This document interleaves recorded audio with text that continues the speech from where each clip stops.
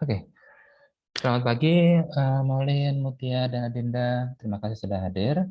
Mohon maaf, hari ini kita terpaksa online karena dari kemarin badan saya kurang enak.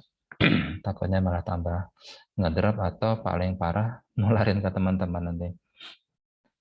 Oke, hari ini pertemuan kita yang ke-13 ya. Nah, di pertemuan sebelumnya yang juga pre-recorded karena minggu lalu saya izin ke Bali karena hari raya, direkam tentang security. Di security ini kita juga membahas tentang bagaimana kalau security-nya itu di cloud, fog, dan juga edge base atau di sisi edge-nya atau di IoT device. Nah, baru pertemuan kali ini kita bahas tentang hardware dan software. Nah, untuk materinya sendiri teman-teman bisa download sebenarnya. Coba dulu.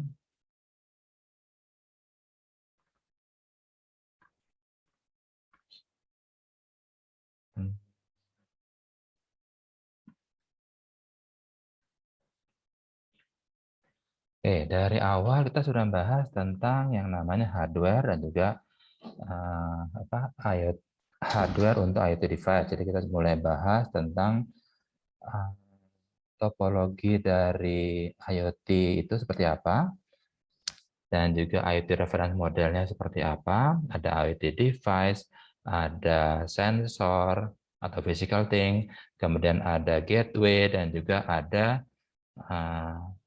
communication network, dan terakhir ada IoT cloud, atau beberapa orang menyebutnya sebagai IoT platform. Nah, sekarang kita coba membahas dari sisi hardware-nya.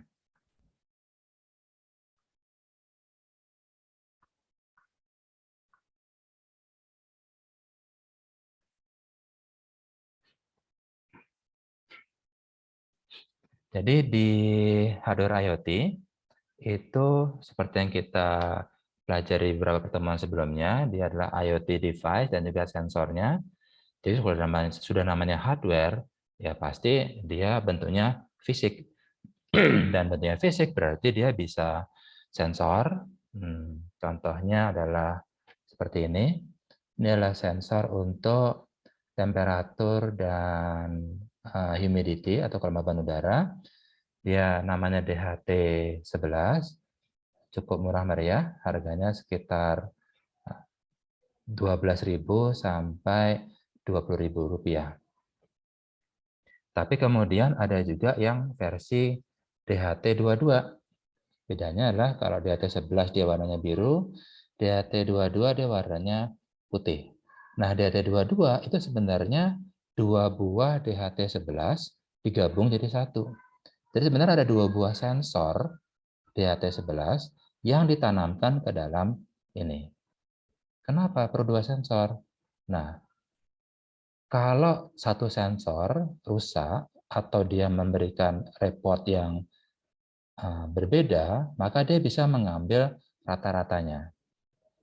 Jadi kalau pakai yang DHT11, begitu sensornya error, ya dia bisa tiba-tiba ngelaporin, bos 50 derajat Celcius. Padahal kok perasaan sama-sama aja dengan 10 menit yang lalu. Nah itu karena sensornya sudah error. Tapi kalau menggunakan DHT22, karena dia menggunakan dua buah sensor, dia akan melakukan komparasi dari dua buah sensor tadi. Jadi ada komparator di situnya, di dalam ini, untuk menentukan, loh tadi kan 25 derajat Celcius, kok sekarang ngakunya 50. Tapi sensornya lagi bilang sama 25. Oh, berarti ambil rata-ratanya aja.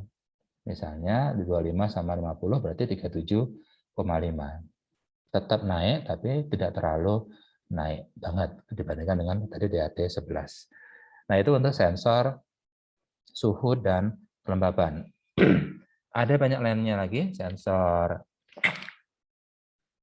misalnya ini sensor kelembaban tanah, biasa dipakai untuk smart farming. Dia fungsinya cara kerjanya di sini ada dua buah elektroda. Nanti dia akan mengirimkan pulsa listrik sebesar 5 volt, nanti pulsa listrik itu akan mengalir dari kanan ke kiri atau kiri ke kanan juga tergantung dari kontrolernya yang ada di sini. Nah, teman-teman pasti ingat kan bahwa nilai R nilai arus I itu sama dengan V dibagi R. Maka kalau V-nya 5 volt di antara dua elektroda ini, kemudian dia ukur arus yang mengalir adalah 5 miliampere. Oh, berarti R-nya adalah 5 volt dibagi 5 miliampere atau 1 kilo ohm atau 1000 ohm. Oh, 1000 ohm. Nah, nanti dari kontrolernya dia bilang ini 1000 ohm. Nah, 1000 ohm itu berarti basah, kering, atau lembab. Nah, itu yang harus melalui proses yang namanya kalibrasi. Makanya nanti kita bisa tentukan sendiri, oh kalau dia ngelapornya 1000 ohm, ini adalah lembab. Terus kalau dia ngelapornya 500 ohm, oh ini basah banget. Terus 100 ohm, oh ini banjir. Tapi kalau 2000 ohm atau 5000 ohm, oh ini kering. Nah, kalau kering berarti dia akan mengirimkan sinyal untuk memberikan air. Nah, itu cara kerja dari elektroda sensor cara kerja dari sensor kelembaban tanah ini. Nah, ada beberapa sensor lainnya lagi. Saya punya beberapa. Contoh misalnya adalah yang ini. Ini adalah sensor PIR, Passive Infrared. Dia bisa mendeteksi adanya gerakan. Tapi dia nggak bisa mendeteksi kalau misalnya ada benda di depannya dia. Jadi dia bukan distance sensor. Jadi dia nggak bisa mengukur jarak. Tapi dia hanya bisa mengukur adanya gerakan. Dan gerakan itu range-nya adalah di dalam, ini ada dome-nya, maka dia seperti ini, 60 derajat biasanya. Jadi dia sekitar segini, yang bisa dia ukur. Jadi kalau ada gerakan di sini, dia nggak bisa tahu. Nah, caranya gimana? Caranya adalah dia akan mengirimkan pulsa inframerah. Kalau ada sebuah objek di depannya dia, maka inframerahnya akan mantul ke sini. Kemudian beberapa milisecond berikutnya dia kirim lagi sinyal inframerahnya. Nah, kemudian kok beda ya ininya. Tadi saya kirim sinyal pantulnya adalah 5 milisekund, sekarang di 7 milisekund. Oh, berarti ada yang gerak nih depan saya. Nah, itu cara kerja dari infrared ini, passive infrared, untuk mengukur adanya gerakan. Oke. Nah, ada beberapa sensor lainnya, tapi nggak perlu kita bahas. Nah, itu salah satu dari hardware yang termasuk dalam sensor di sini.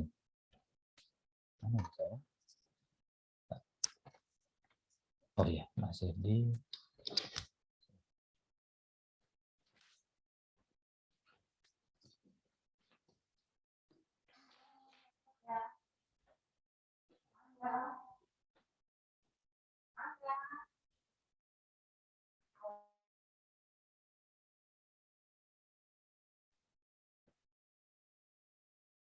Oke, tadi termasuk untuk sensor ya. Jadi sensornya tadi yang dulu pernah kita bahas, dia adalah physical thing.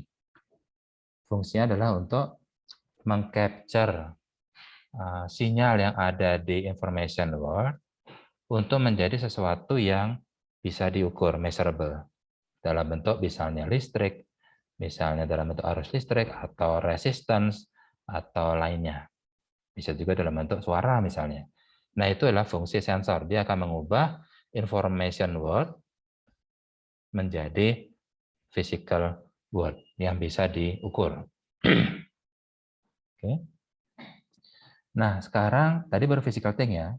Nah, setelah physical thing atau sensor, tentunya kita butuh hardware juga yang fungsinya adalah untuk melakukan data akuisisi, yaitu mengambil data dari sensor, kemudian bisa melakukan data storage, kalau misalnya memang saya perlu saya simpan. Dia juga bisa melakukan data processing, kalau dia melakukan edge based computing, atau bisa juga melakukan pengiriman data. Jadi dia melakukan 4 fungsi.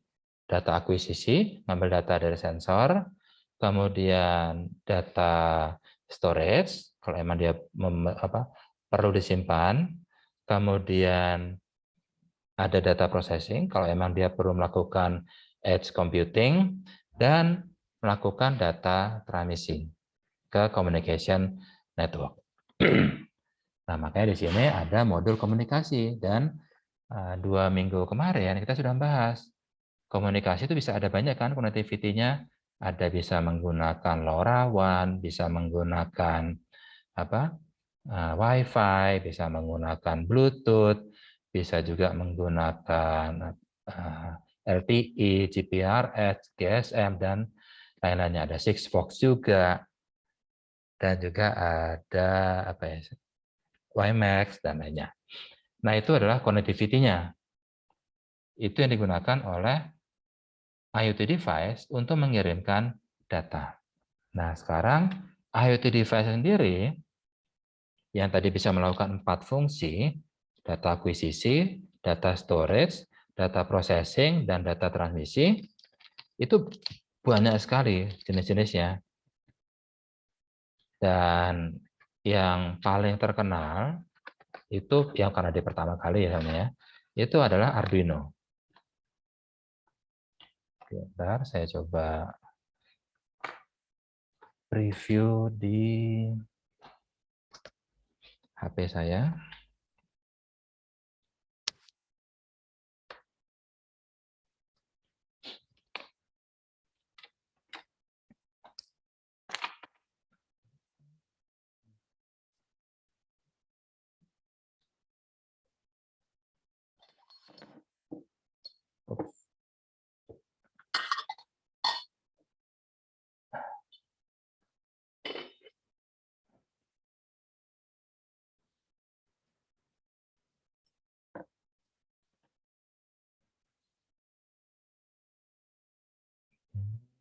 Saya panggil Samsung Dex saya.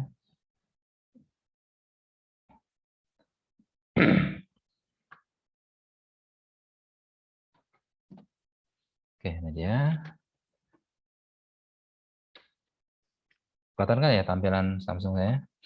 Saya cuma pengen mau ngambil kameranya. Nah, ini dia, ini tangan saya. Dan tadi yang saya sebutkan ada yang namanya Arduino. Nah, inilah Arduino Uno. Ini yang orinya. Ini. Dan di sini ada yang namanya microcontrollernya. Nah, Arduino Uno dia menggunakan Atmega 328P dari Atmel. Jadi Atmel mengeluarkan microcontroller sebagai otak dari Arduino Uno ini, dan yang dipasang di Arduino Uno adalah produk Atmel yang namanya Atmega 328P. Ini dia, yang paling panjang ini. Dan kemudian kalau teman-teman lihat di sini ada banyak colokan yang bisa kita gunakan untuk mengkonekkan sensor dengan salah satu pin di sini. Oke, kalau misalnya benar kelihatan di sini,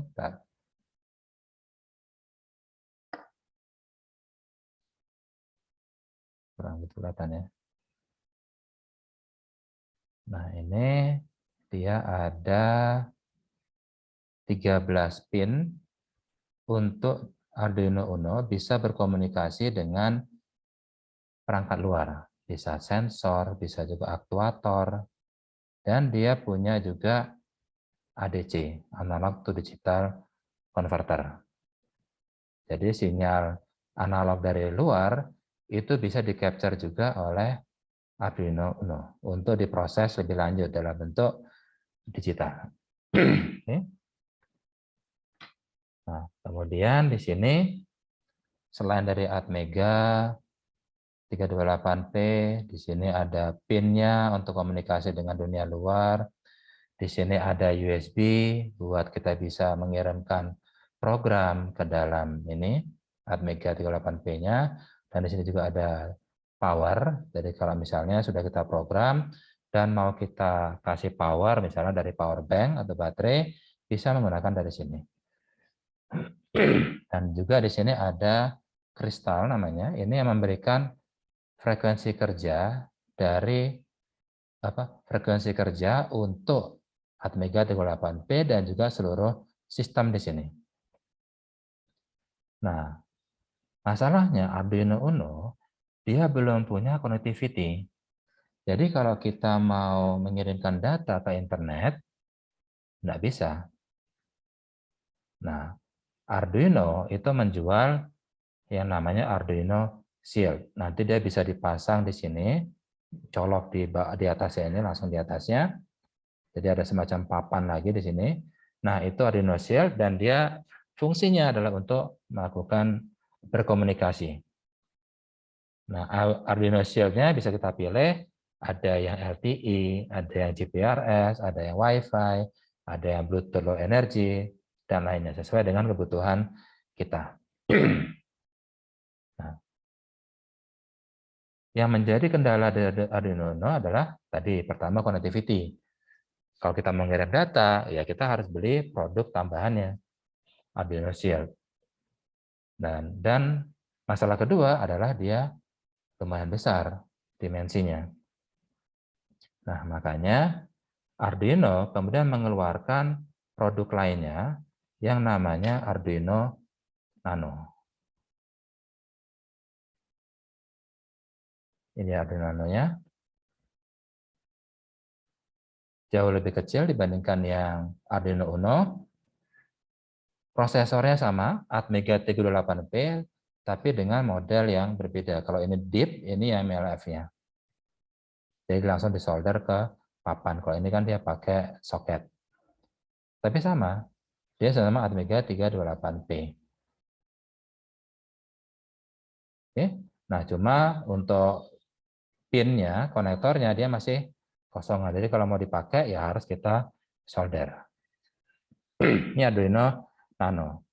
Nah, masalahnya dia masih belum punya connectivity.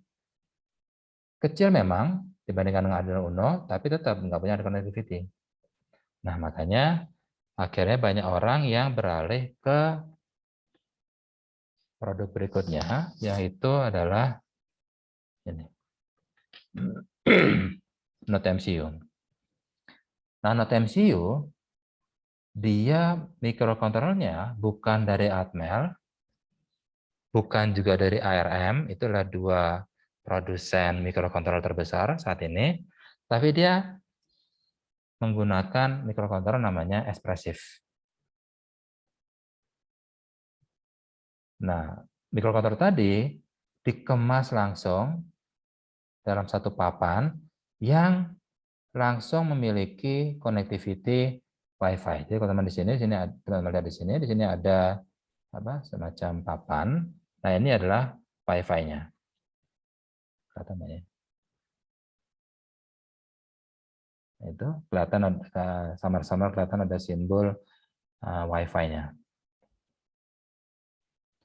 Nah, akhirnya meskipun ukurannya sedikit lebih besar dibandingkan Nano, tapi tetap lebih kecil daripada Uno, yang ini.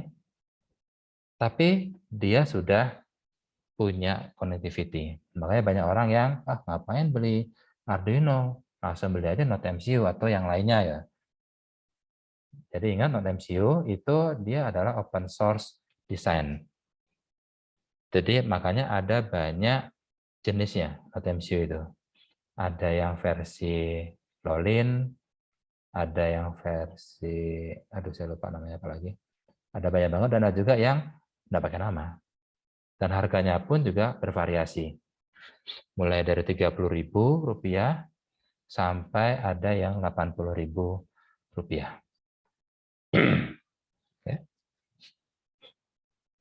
Nah,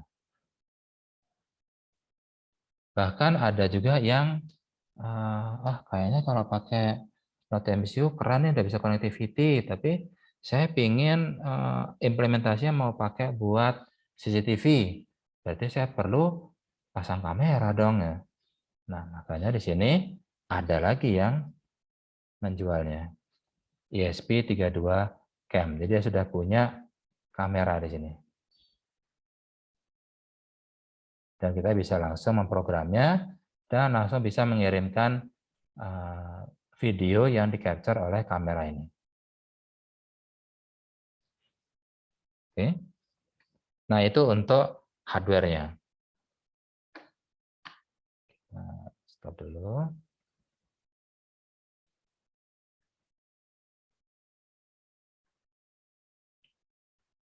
Oke, saya lagi. Jadi, hardware di dunia IoT ada untuk sensornya. Kemudian ada juga aktuator. Aktuator itu maksudnya modelnya kayak motor. Jadi kita bisa mengontrol sesuatu. Kalau sensor kan dia sifatnya input. Kita ngambil data, kita akuisisi, dan kita proses. Nah, aktuator, kita mau ngasih perintah nih, tanahnya kering, tolong dong kasihin air. Nah, itu kita memberikan perintah ke aktuator. Jadi ada sebuah motor yang kita perintahkan untuk bergerak. Berikan air, dibuka kerannya.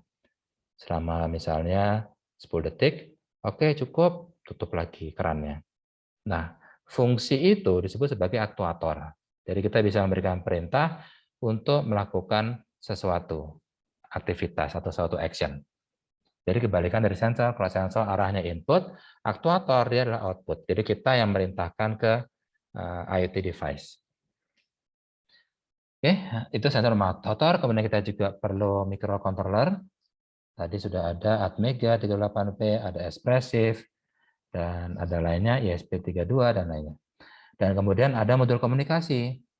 Dia bisa Bluetooth, bisa LTE, bisa GPRS, bisa GSM, dan bisa LoRaWAN, dan lainnya. Oke.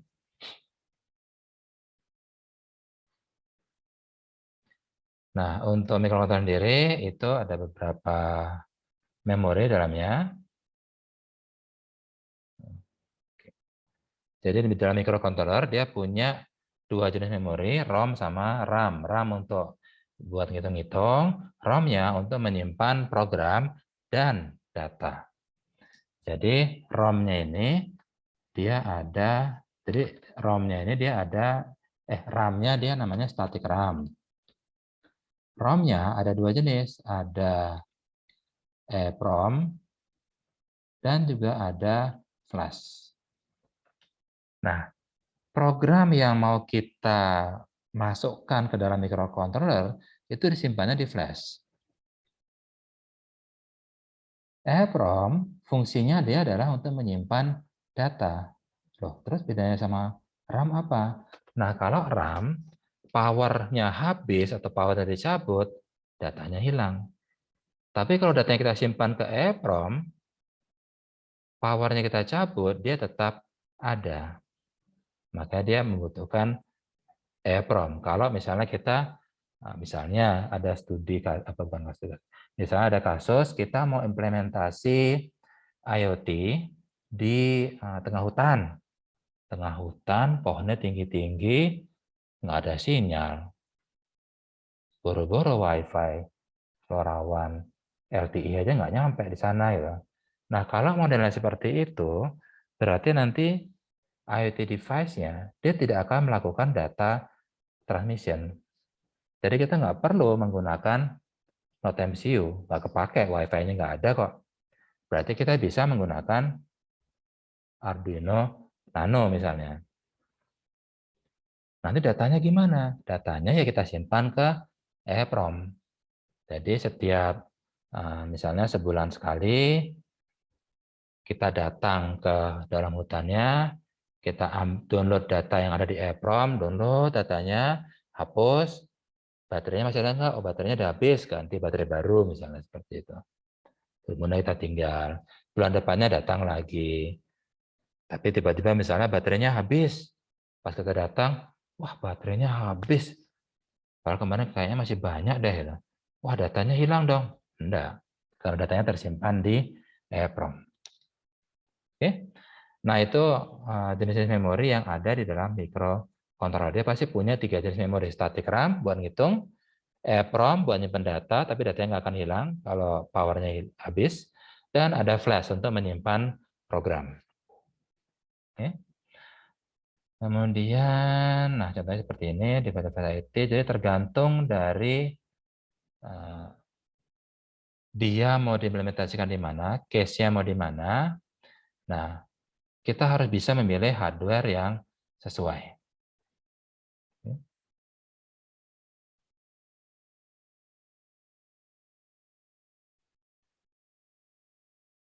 Oke, ini teman bisa sendiri ya. Jadi ada beberapa jenis device, ada yang sifatnya apa kayak daisy chain. Jadi dari sini dia ngirim data ke sini, dari sini ngirim data ke sini, dari sini ngirim data ke sini dan seterusnya sampai dia sampai ke tujuan, ke gateway-nya. Tapi ada juga yang modelnya kayak apa, manet. Mungkin bukan manet ya, tapi dia bisa saling mengirimkan data. Jadi dia membentuk sebuah jaringan sendiri. Jadi datanya bisa dikirim ke sini, ini IoT device, kemudian dari sini kirim ke sini, dari sini kirim ke sini, terus ini dan seterusnya. Oke.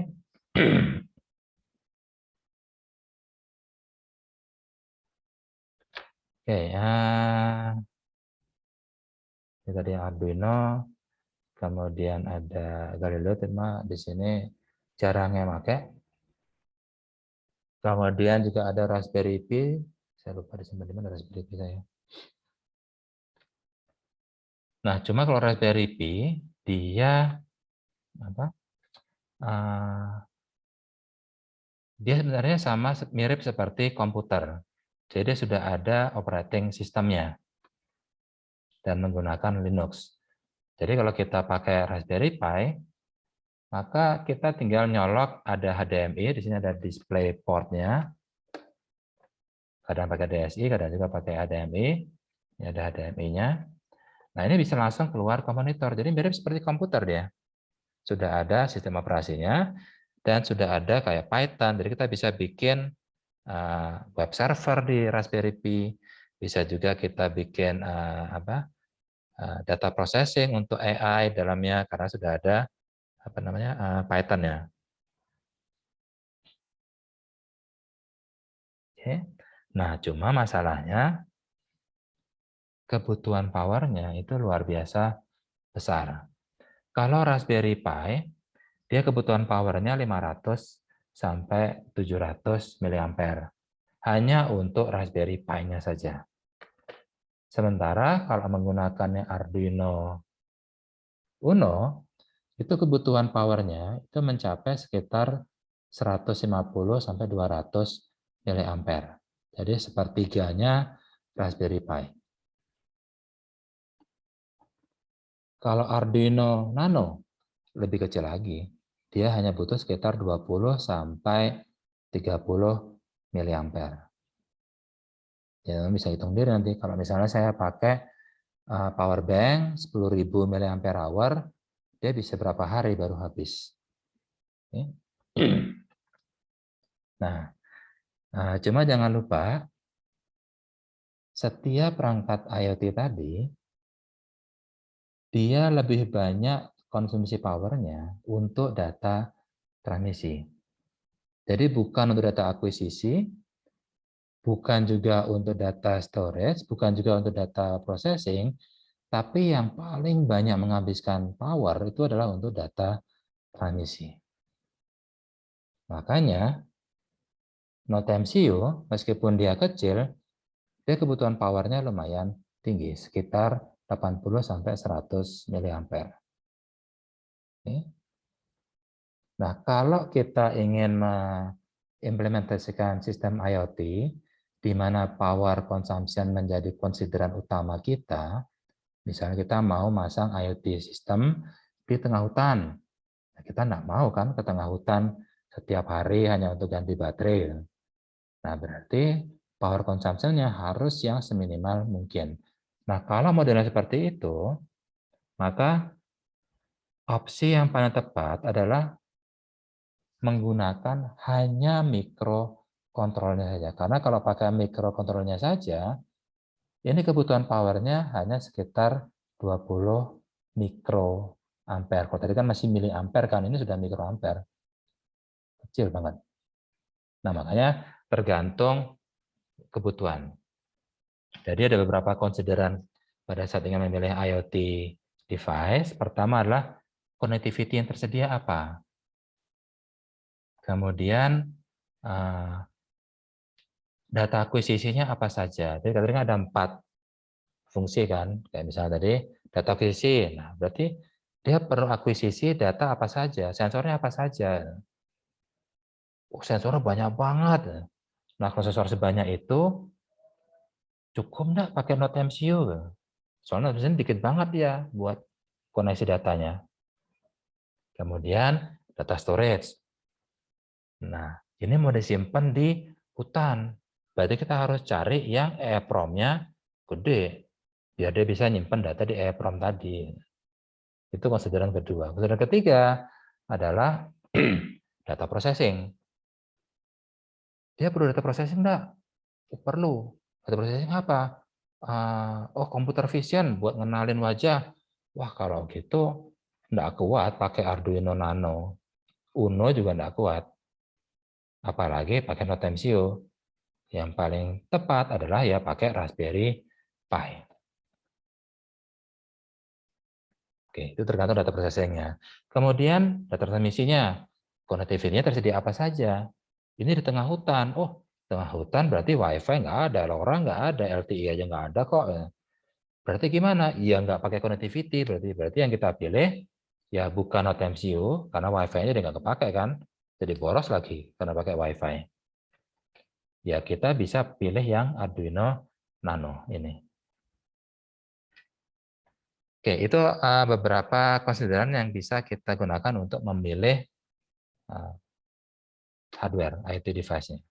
Baik IoT device maupun physical thing-nya. Oke. Nah, sekarang software. Nah, software yang kita butuhkan adalah software untuk memprogram ke dalam IoT device kita. Nah, ada yang menggunakan TinyOS, kalau dia menggunakan kayak model Raspberry Pi, ada free RTOS, RTOS itu real time operating system. Jadi bedanya RTOS dengan yang bukan RTOS, kalau RTOS dia mendesain sistem operasinya, gimana caranya sistem operasi ini agar komunikasi dengan hardware di bawahnya, misalnya komunikasi device di bawahnya, itu bisa menjadi lebih cepat. Nah, RTOS ini sangat dibutuhkan untuk hardware-hardware seperti Arduino, Raspberry Pi. Kenapa? Ya soalnya dia lebih banyak berinteraksi dengan bawah. Kalau ke atasnya, ke user lewat aplikasi, itu lambat juga enggak apa-apa. Tapi yang bawah ini jangan sampai ada data yang mau masuk tapi nggak bisa karena dia kewalahan.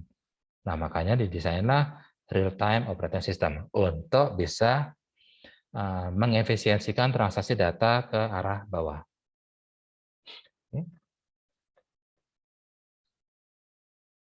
Kemudian kita juga ada beberapa simulator yang bisa kita gunakan. Biasanya kalau di kelas S1 saya menggunakan yang Tinkercad, tapi ada banyak lainnya. Kalau Proteus ini lebih ke pembuatan PCB-nya, sementara untuk simulasinya dia tidak terlihat secara detail. Oke, pertama di sini kita akan mencoba untuk mendemokan, masih ada waktu kan ya, masih banyak waktunya. Kita coba mendemokan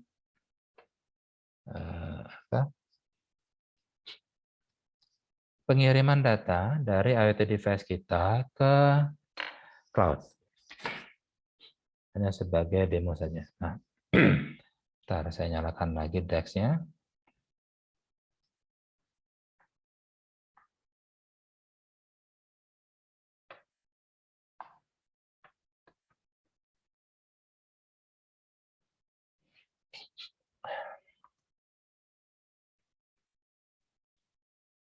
Oke.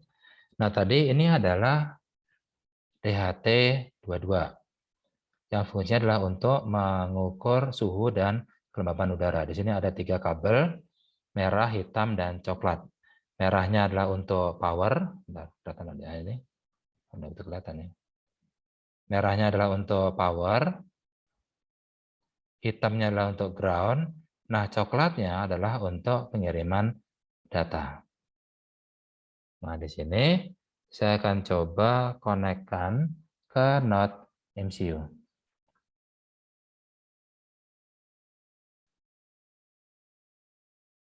Di sini ada powernya. Ini, nah, jatuhnya ke sini. Ini adalah groundnya. Maaf, kok klik.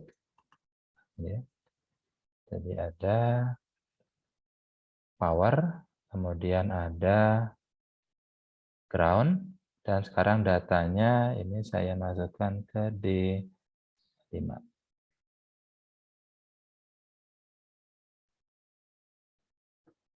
Oke. Nah, untuk memprogram ini, kita akan membutuhkan aplikasi yang namanya Arduino IDE. Dan nanti kita akan mengirimkan datanya ke Google Firebase.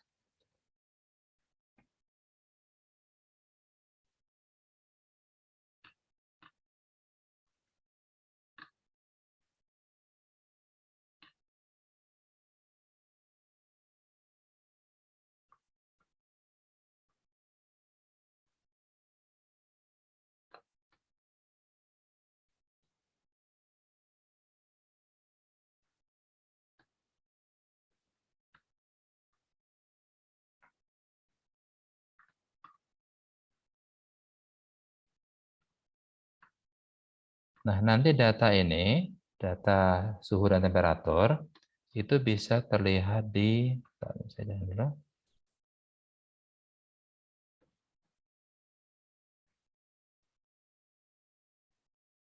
saya kok udah panas ya. Nah, ini data programnya.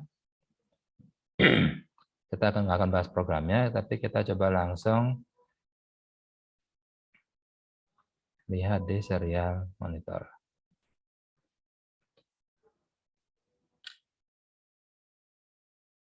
Di mana teks saya? Oke. Jadi saya konekkan ke sini untuk memberikan power ke node MCU saya.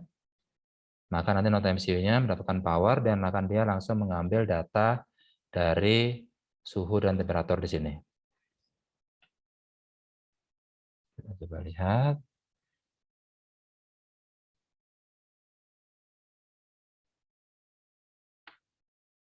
Kita buka serial monitornya. Maka di sini langsung keluar humidity adalah 80,9%, temperatur di ruang kerja saya ini adalah 25,8 Celcius. Nah, data ini masih lokal, dikirimkan ke Firebase. Dan Firebase-nya kita pasang di real-time database ini. Seperti ini. Jadi saya berikan nama kamar mandi. maka dia akan berisi data seperti ini, 80,7, 25,8.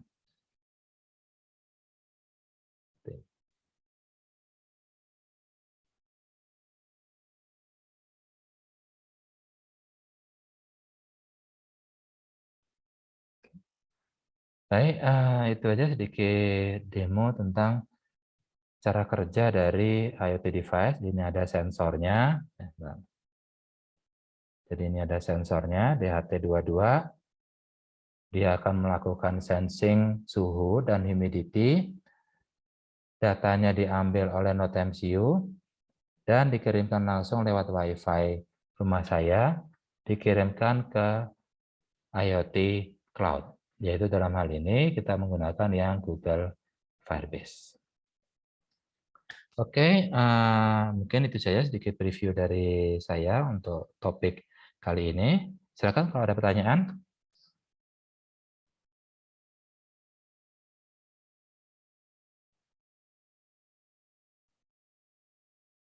Jadi untuk memprogram NodeMCU-nya, kita menggunakan Arduino ADI di sini.